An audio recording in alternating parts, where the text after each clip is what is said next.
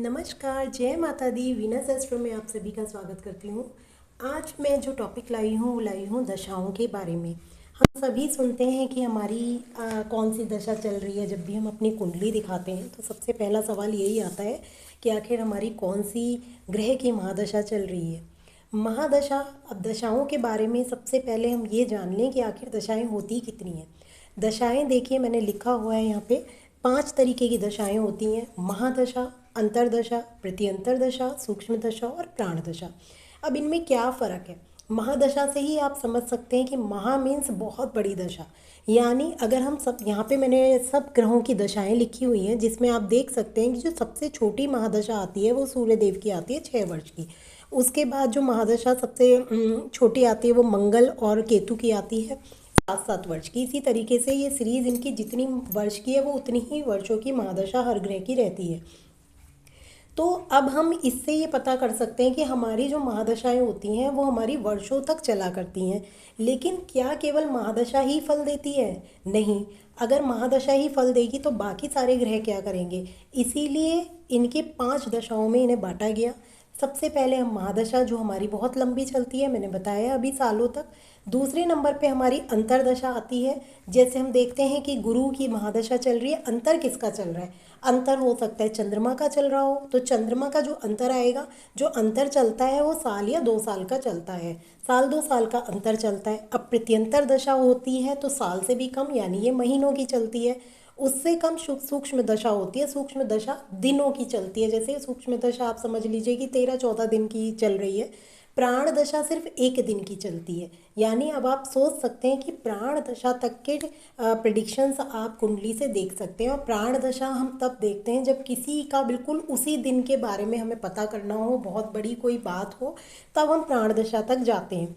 Normally कुंडली में महादशा, अंतरदशा और प्रत्यंतर दशा तक ही देखकर प्रिडिक्शंस किए जाते हैं।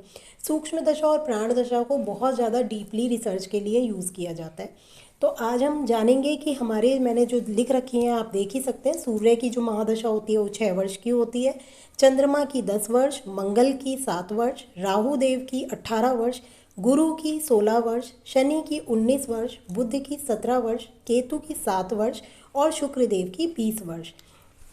ये तो हो गई वो कि हमारी महादशाएं हैं। अब हम सबसे ज़्यादा इम्पैक्ट हमारा ये भी आता है कि गोचर में एक ग्रह कितना रहता है। गोचर वो होता है जिसे हम कहते हैं ना कि ट्रांजिट, इस समय जो गुरु है वो कौन सी राशि में, गोचर वो होता है। तो गोचर का जो काल होता है वो अलग होता है।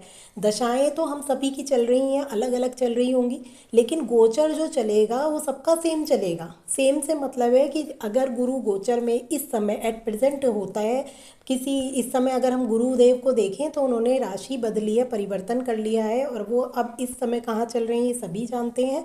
तो अगर हम देखेंगे ऐसी शनिदेव कहाँ चल रहे हैं तो वो 12 नंबर यानी मीन राशि में संचरण कर रहे हैं, और गुरु 3 यानी मिथुन राशि में मतलब संचरण कर रहे हैं।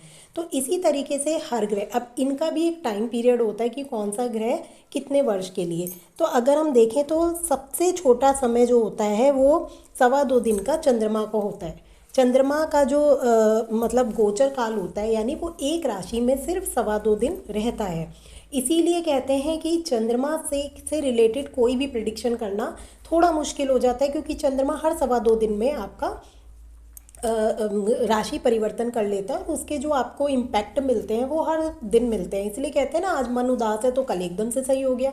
तो यही चीज़ है, क्योंकि चंद्रमा इतनी जल्दी जल्दी परिवर्तित करता है, उसी तरीके से इंसान का मन भी बहुत जल्दी जल्दी परिवर्तन होता है। क्योंकि 12 राशियों में चंद्रमा पूरे 30 दिन में लगभग कवर कर लेता है। तो आप सोचिए कि हर महीने में एक राशि में कभी वो 2.25 दिन रह रहा है, 3 दिन तक रह रहा है, तो वो हमें उतने ही फल देता है जैसे जैसे। इसलिए कभी हम अपने आप को बहुत ज़्यादा लो महसूस करते हैं, तो वो मैंने एक प्रेडिक्शन में बताया था कि चंद्रमा कब कब पीड़ित होता है, गोचर में कब कब पीड़ित होता है, वो मैंने आपको सब बताया था कि शनि की दृष्टि में आएगा, राहु की, केतु की दृष्टि में आएगा तो चंद्रमा पीड़ित होगा। और जब जब गोचर में ऐसी स्थिति बनती है, अगर हम आज की भी बात करें, मैं एट प्रेजेंट की भी बात करूं, तो अब इस समय एट प्रेजेंट चंद्रमा और केतु की युति बनी हुई है गोचर में। तो अब ऐसे में क्या होगा, चंद्रमा आपके जिस कुंडली में जिस भी भाव का स्वामी होगा, और जहाँ भी गोचर में आपके चल रहा होगा, जिस भाव में भी विराजमान होगा, वहाँ पे केतु के साथ होगा। तो ऐसे में क्या होगा, आप एक भ्रम में रहेंगे। मतलब आपका मन तो करेगा कुछ और करने का उस भाव से रिलेटेड, और केतु आपको अध्यात्म की तरफ यानी उधर से काटेगा, जहाँ आपका मन करेगा जाने का और केतु वहाँ से आपको काटेगा। तो इस समय बड़ी दुविधा वाली स्थिति रहेगी लगभग 12 तारीख तक, क्योंकि 12 तारीख तक चंद्रमा और केतु की युति बनी रहेगी। तो ऐसे में आप कोई भी डिसीज़न लेने में, अगर आप बहुत बड़ा कोई डिसीज़न ले रहे हैं तो 2 दिन आप थोड़ा सा रुकिए, और आप खुद ही देखेंगे कि आपका माइंड स्टेबल हो रहा है। कब? तो 13 तारीख में। 12 तक चंद्रमा आपके माइंड को थोड़ा अनस्टेबिलिटी देगा, आप खुद भी महसूस करेंगे। अब दिस इज़ अ डिफरेंस कि आपका चंद्रमा कुछ ज़्यादा ही पावरफुल होकर आपकी कुंडली में बैठा हुआ है, तो हो सकता है बहुत से लोग कहेंगे हमारे साथ तो ऐसा नहीं हो रहा है। कई बार हम खुद को ही नहीं समझ पाते हैं कि हमारे साथ हो क्या रहा है, परंतु जब युति ऐसे बनती है तो हमेशा वो चीज़ें सभी के साथ होती हैं, लेकिन खासतौर से तब ज़्यादा इम्पैक्ट हमें आता है जब हमारी अंतर्दशा, प्रत्यंतर दशा, सूक्ष्म दशा, प्राण दशा भी उसकी चल रही हो। अब आपकी उनमें से कोई दशा ही नहीं चल रही, ना चंद्रमा की ना केतु की, मतलब कोई भी दशा उसमें से नहीं चल रही, तो हो सकता है आपके साथ ये नहीं हो रहा हो, लेकिन उनके साथ तो डेफिनेटली होगा जिनकी प्राण दशा, सूक्ष्म दशा, प्रत्यंतर या इनमें से कोई भी दशा चंद्रमा और केतु दोनों की ही चल रही होगी, तो वो डेफिनेटली जो मैंने कहा है वो डेफिनेटली उनके साथ हो रहा होगा। इसके बाद अगर आप देखें तो 2.5 दिन के बाद प्रति माह बदलने वाली कौन से गोचर में होते हैं? शुक्रदेव होते हैं, बुध होते हैं, और एक आपके आ जाते हैं हमारे सूर्यदेव। ये 3 ऐसे ग्रह हैं जो हर महीने अपनी राशि बदलते हैं। सूर्यदेव को आप सभी जानते हैं कि वो मकर संक्रांति पर वो मकर राशि में आ जाते हैं, तो ऐसी वो हर 15-16 के एवरेज में वो अपनी राशि बदलते हैं, हर महीने की 15-16 में। उसी के हिसाब से आप डेट ऑफ बर्थ भी जो हमारी इंग्लिश की आती है ना, वो उसी के हिसाब से ज़्यादातर आती है जो सूर्यदेव हमारे जैसे जैसे भ्रमण कर रहे होते हैं। उसके बाद हम बात करेंगे 1 साल वाली, जो हमारे उसके बाद 1 साल में आप गुरु का गोचर देखेंगे। हर 1 साल, लगभग 1 साल है ये, ऐसा नहीं कि 1 साल हुआ और तुरंत गुरु ने गोचर कर लिया। अब इधर तो आप देख ही रहे हैं कि गुरु वक्री हो रहे हैं, मार्गी हो रहे हैं, तो वो बार बार कभी वो मिथुन राशि में हो रहे हैं तो कभी वो कर्क राशि में हो रहे हैं। वक्री होने का मतलब यही है कि ग्रह अपनी पीछे की राशि में चला जाता है, तो उल्टा चलने लगता है। इसे एक सामान्य भाषा में आप ऐसे समझ सकते हैं। तो वो इसका मतलब ये होता है कि उस समय, जिस समय ग्रह वक्री होता है, वो 2-2 राशियों का फल दे रहा होता है, एक तो अपनी पीछे वाली राशि में और एक अपनी आगे वाली राशि का भी फल वो देता है। तो आज इसके बारे में भी मैं आपको बताऊंगी कि एक ग्रह कितने भावों का फल एक बार में देता है, इसकी एक अलग वीडियो बनाऊंगी। तो आज हम जाना कि 1 साल हमारे, लगभग 1 साल 11 महीने तक गुरु अपना गोचर बदलते हैं, मतलब राशि बदलते हैं। गोचर से समझिए कि राशि बदलते हैं।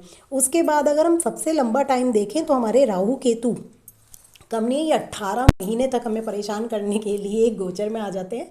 हमारी एक राशि में ये 18 महीने। अब हो सकता है कि ये बहुत अच्छे भाव में बैठे हैं, आपके लिए ये बहुत प्लस पॉइंट लेके बैठे हैं, तो आपको कोई दिक्कत ही नहीं, क्योंकि राहु केतु तो सडन गेन भी कराते हैं और बहुत सारी ऐसी चीज़ें, एक्टिविटी जो भी आपकी लाइफ में एकदम सडन हो, मतलब जिसका आपको बिल्कुल आइडिया ना हो, अब वो सारी चीज़ें राहु केतु ही कराते हैं। चाहे वो आपको मिला हुआ धन हो, प्रॉपर्टी हो, किसी से मिली हुई कोई छूटी हुई प्रॉपर्टी हो, या अचानक आपको एकदम से कहीं से गड़ा हुआ धन मिल जाए, या फिर अचानक आपको कहीं से कोई एक्सपेक्टेशन नहीं है जॉब लगने की और अचानक आपकी जॉब लग जाए, या अचानक आपकी जॉब चली जाए, ये सब कुछ राहु केतु कराते हैं। तो जो भी चीज़, इवन एक्सीडेंट्स होते हैं, सडन एक्सीडेंट अगर हो रहा है तो भी वो राहु केतु की कहीं ना कहीं पावर होती है, जिसकी वजह से एक्सीडेंट के लिए तो हम मंगल को भी जिम्मेदार करते हैं, क्योंकि जब भी मंगल अष्टम भाव से या छठे भाव से संबंध बनाता है तो डेफिनेटली एक्सीडेंट्स की होने की संभावनाएं ज़्यादा होती हैं। तो इसीलिए, और जो सबसे हाई टाइम पे रहते हैं वो हमारे रहते हैं शनिदेव, जिनके बारे में सभी को पता है कि एक राशि में वो 2.5 साल तक का समय लेते हैं। और शनिदेव इस समय चल रहे हैं अपनी ही कुंभ राशि में, जो उनकी केंद्र त्रिकोण की राशि कही जाती है। तो शनिदेव बहुत सारी राशि इस समय कई लोगों को परेशान भी कर रहे हैं और कुछ लोगों को बहुत कुछ दे भी रहे हैं। तो शनिदेव की आप पूजा करते रहिए हमेशा। शनिदेव के प्रभाव से बचने के लिए पीपल के पेड़ की जितनी अधिक से अधिक पूजा करेंगे उतना ही आप शनिदेव के दुष्प्रभावों से बचे रहेंगे। और सबसे ज़्यादा ज़रूरी होता है कि आप पूजा कर रहे हैं तो निष्फल होके करिए, और दूसरा अपने कर्मों को अच्छा करिए, तो शनिदेव आपको कभी भी खराब फल देंगे ही नहीं। नमस्कार।